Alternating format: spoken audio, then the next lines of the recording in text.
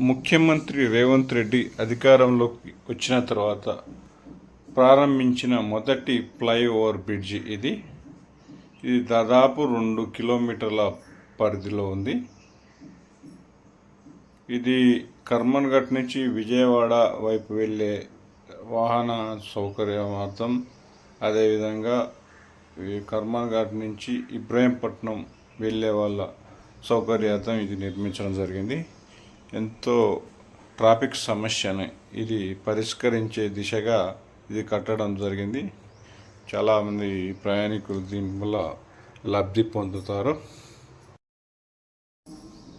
ముఖ్యమంత్రి రేవంత్ రెడ్డి అధికారంలోకి వచ్చిన తర్వాత ప్రారంభించిన మొదటి ఫ్లైఓవర్ బ్రిడ్జి ఇది దాదాపు 2 కిలోమీటర్ల పరిధిలో ఉంది.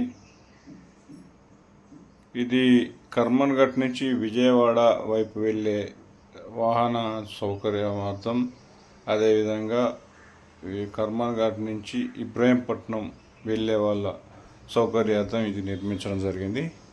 ఎంతో ట్రాఫిక్ సమస్యని ఇది పరిష్కరించే దిశగా ఇది కట్టడం జరిగింది. చాలామంది ప్రయాణికులు దీనివల్ల లబ్ధి పొందుతారు. ముఖ్యమంత్రి రేవంత్ రెడ్డి అధికారంలోకి వచ్చిన తర్వాత ప్రారంభించిన మొదటి ఫ్లైఓవర్ బ్రిడ్జి ఇది దాదాపు 2 కిలోమీటర్ల పరిధిలో ఉంది. ఇది కర్మన్ఘట్ నుంచి విజయవాడ వైపు వెళ్ళే వాహన సౌకర్యార్థం, అదేవిధంగా కర్మన్ఘట్ నుంచి ఇబ్రహీంపట్నం వెళ్ళే వాళ్ళ సౌకర్యార్థం ఇది నిర్మించడం జరిగింది.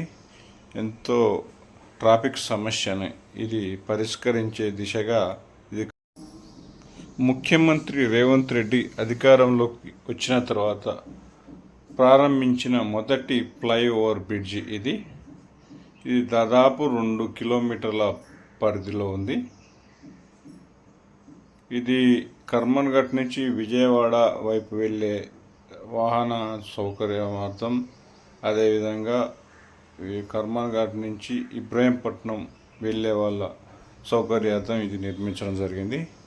ఎంతో ట్రాఫిక్ సమస్యని ఇది పరిష్కరించే దిశగా ఇది కట్టడం జరిగింది. చాలామంది ప్రయాణికులు దీనివల్ల లబ్ధి పొందుతారు.